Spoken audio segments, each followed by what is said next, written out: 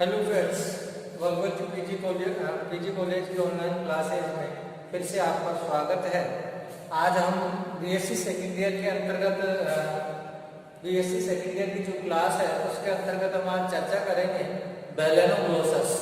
और बेलेनोग्लोसस में जो हमारा टॉपिक आज का चलेगा वो है रेस्पिरेटरी सिस्टम ऑफ बेलेनोग्लोसस, यानी कि बेलेनोग्लोसस में हमको श्वसन तंत्र पढ़ना है। टॉपिक हमारा respiratory system of Balanoglossus.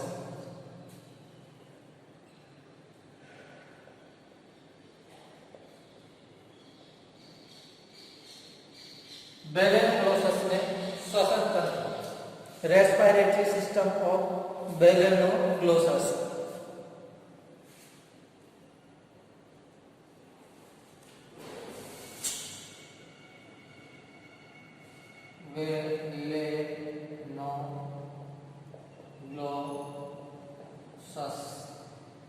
Balanoglossus में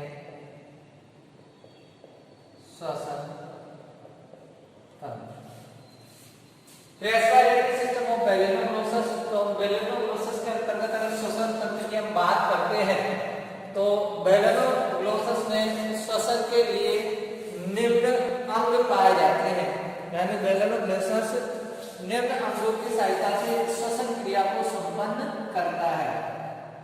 बेलेनोग्लोसस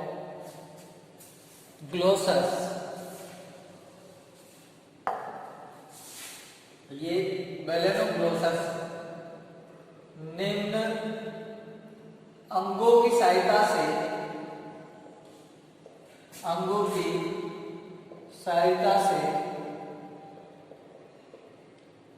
निम्न अंगों की सहायता से श्वसन करता है। तो वो कौन सा अंग है? फर्स्ट जो इसके अंतर्गत अंग होता है वो है ब्रेंकियो पोर्शन।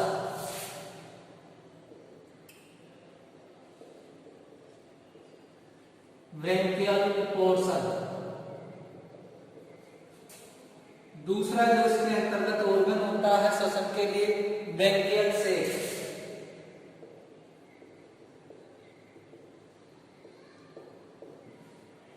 इनके द्वारा क्या है बेलेनोग्लोसस में श्वसन की प्रक्रिया होती है। सबसे पहले हम बात करते हैं ब्रेंकियल सेक की।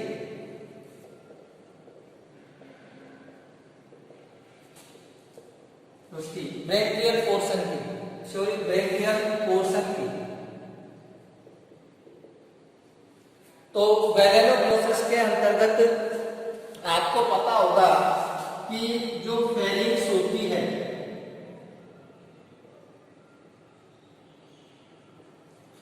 यानी कि जो फेरिंग्स यानी कि जो ग्रसनी होती है, एक बार इधर ध्यान देंगे।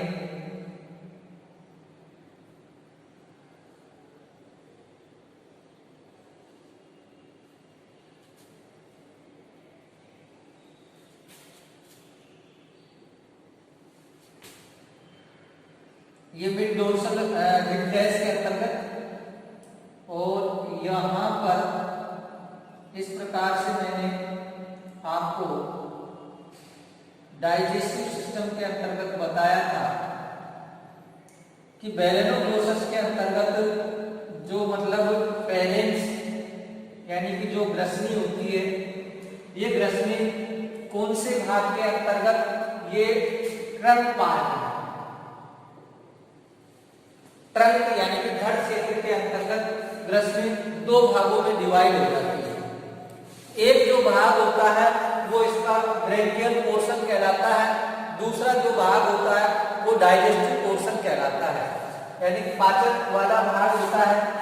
जैसे ही जब धारा इसके अंतर्गत प्रवेश करती है कोलर्टी से होके, तो वो पहुंचती है माउथ, और माउथ से बकल कैविटी, और बकल कैविटी से वो फेरिंक्स, और फेरिंक्स से यहाँ दो भागों में डिवाइड होती है।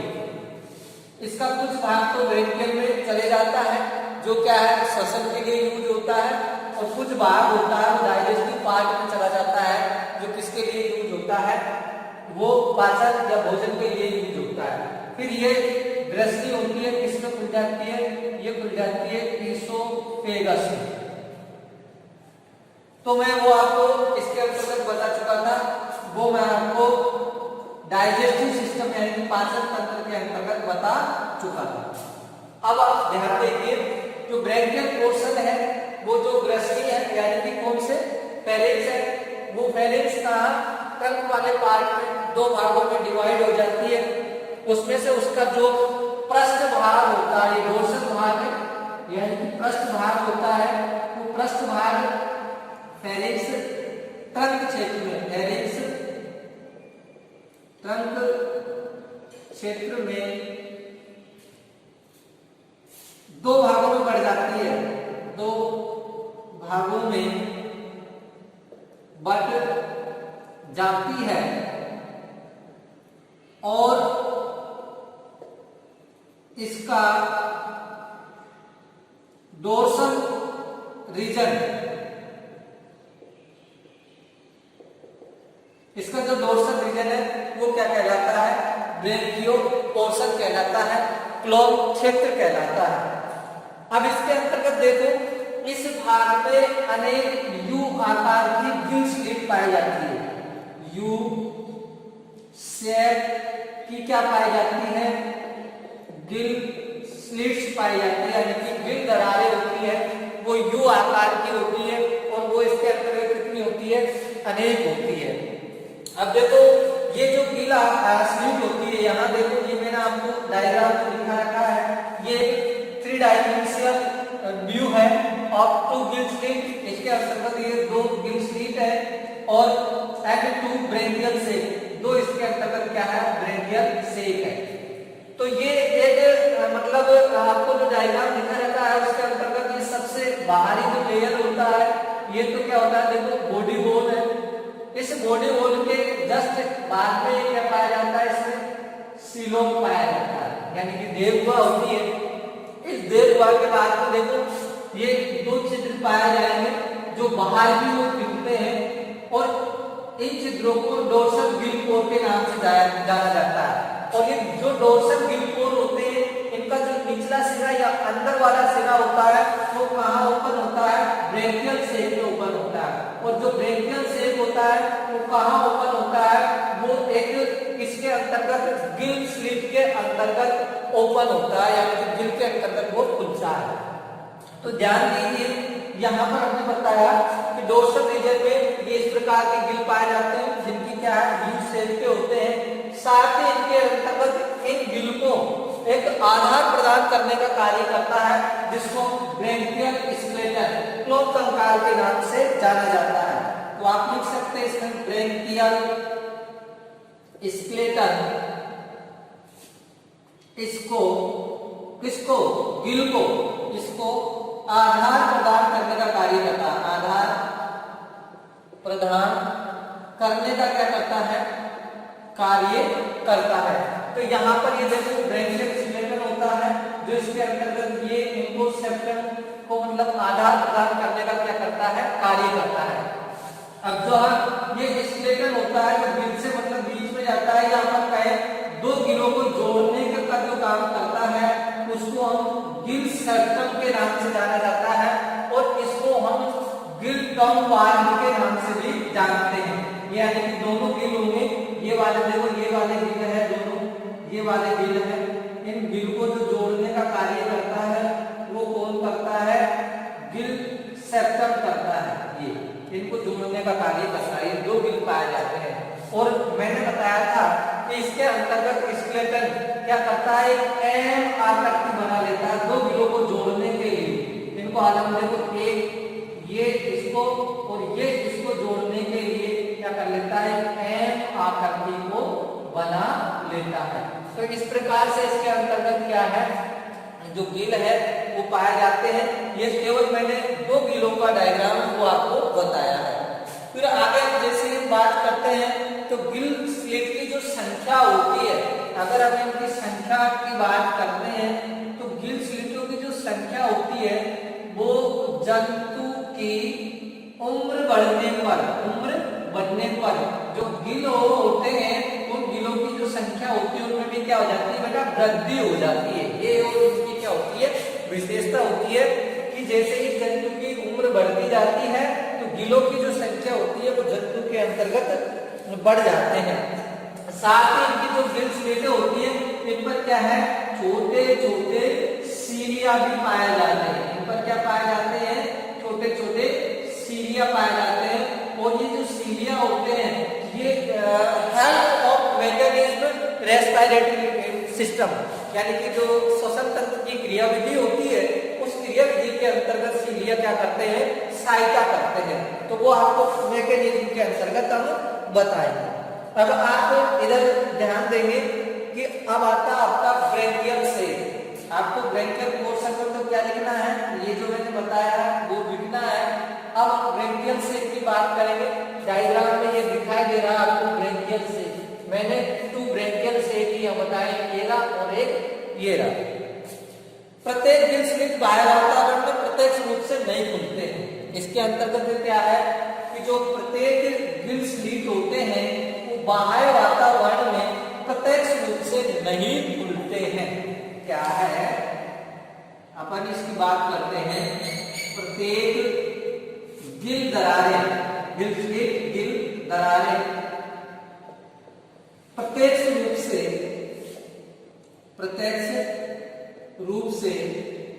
बाह्य वातावरण में नहीं खुलते हैं। ये क्या देखिए, यहां पर ये जो गिल स्लेटें होती हैं ये प्रत्यक्ष रूप से क्या बाह्य वातावरण में खुल रहे हैं, नहीं। ये पहले किसमें खुल रहे हैं, ये ब्रेकियल सेक में खुल रहे हैं। और ब्रेकियल सेक के द्वारा ये डोर्सल गिल कोर के द्वारा बाह्य वातावरण में खुल रहे हैं।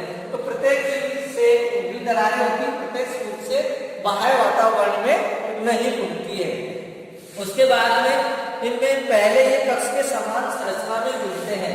पहले ही क्या है, कक्ष के समान जो संरचना है, कक्ष के समान संरचना में खुलते हैं। और कक्ष के समान जो संरचना होती है उसी को हम किसके नाम से जानते हैं, ब्रेकियल सेक के नाम से जानते हैं। क्लोन कक्ष के नाम से हम उसको जानते हैं। तथा ब्रेकियल सेक में छोटे छोटे क्या होते हैं, गिल पोर होते हैं।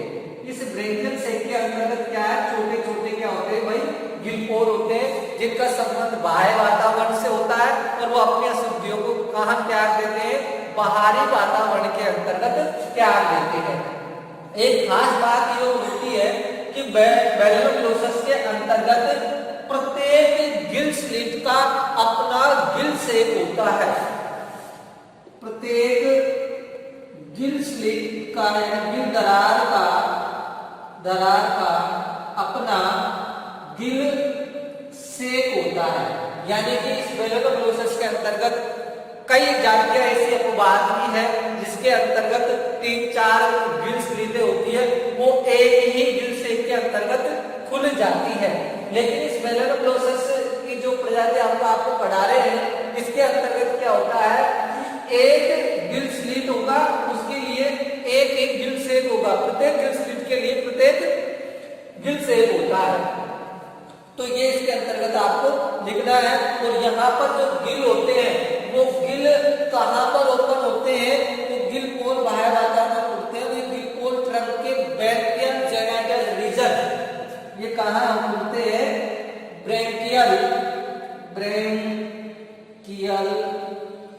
जेनाइटल रीजन में ओपन होते हैं। ब्रैकियल जेनाइटल रीजन है उसमें क्या है, गिल पोर ओपन होते हैं। ब्रैकियल जेनाइटल रीजन जो क्षेत्र होता है वहां पर जो गिल पोर है वो क्या होता है भाई, ओपन होता है। और साथ ही मिड डोर्सल कोर्ड के दोनों कतारों में खुल जाते हैं।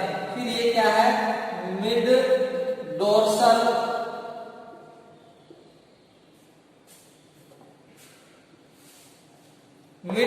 जो रोड है, रोड के दोनों कतारों में खुलते हैं। दोनों ओर कतार बन जाती है, उसके अंतर्गत ये क्या है, ओपन हो जाते हैं। तो दोनों संरचनाएं मैंने आपको बताई, ब्रैकियल पोर्शन और ब्रैकियल सेक बताई। अब आती है इसके अंतर्गत मैकेनिज्म यानी कि क्रियाविधि। तो क्रियाविधि के अंतर्गत आप देखेंगे क्रियाविधि में क्या होता है।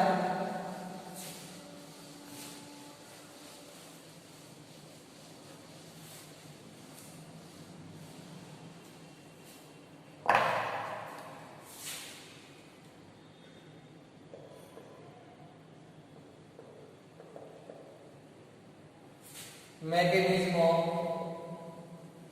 रेस्पायरेशन,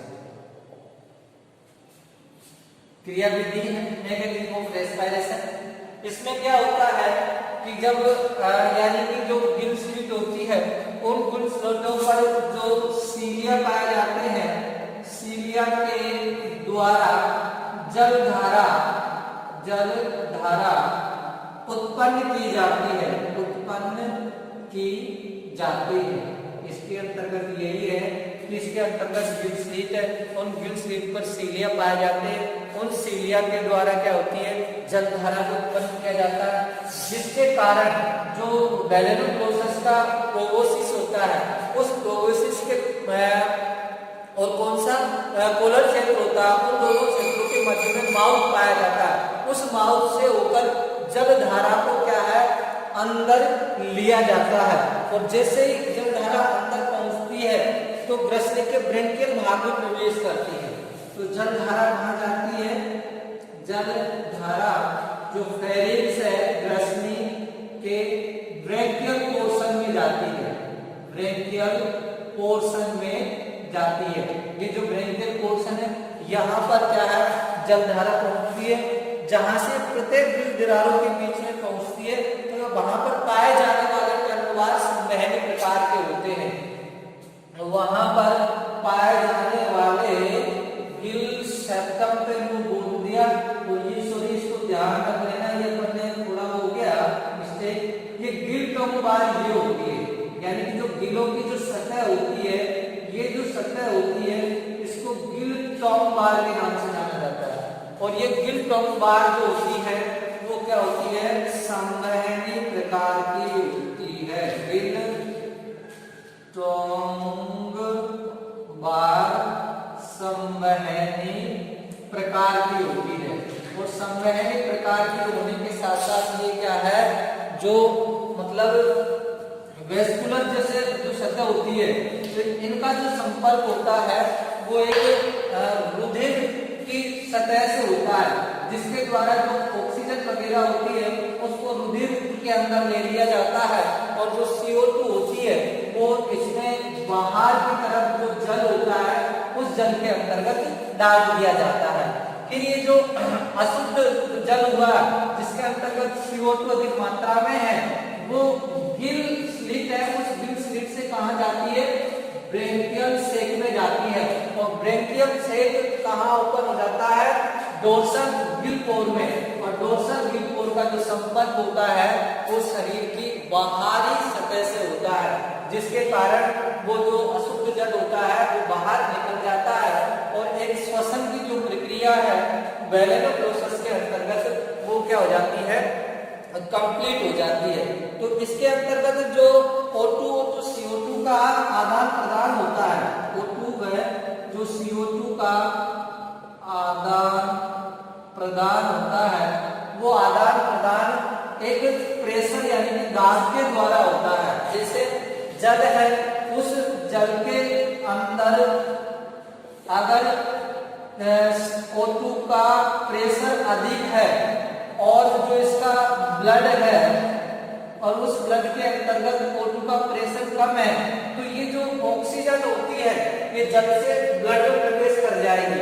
और जब ब्लड के अंतर्गत CO2 का प्रेशर अधिक है तो ये CO2 ब्लड से कहाँ आ जाती है, ये जल में आ जाती है और फिर जलधारा के साथ शरीर से बाहर है उसको निष्कासित कर दिया जाता है। तो ये तो क्या है इसमें श्वसन की प्रक्रिया हुई। अब इसमें एक छोटा सा टॉपिक है जिसका नाम है उत्सर्जन तंत्र।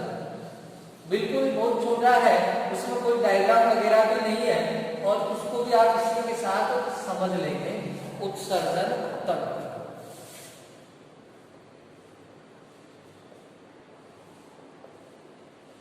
देखो तो उत्सर्जन तंत्र के अंतर्गत क्या खास बात है कि जो मेलानोग्लोसस होते हैं, उस मेलानोग्लोसस में उत्सर्जन के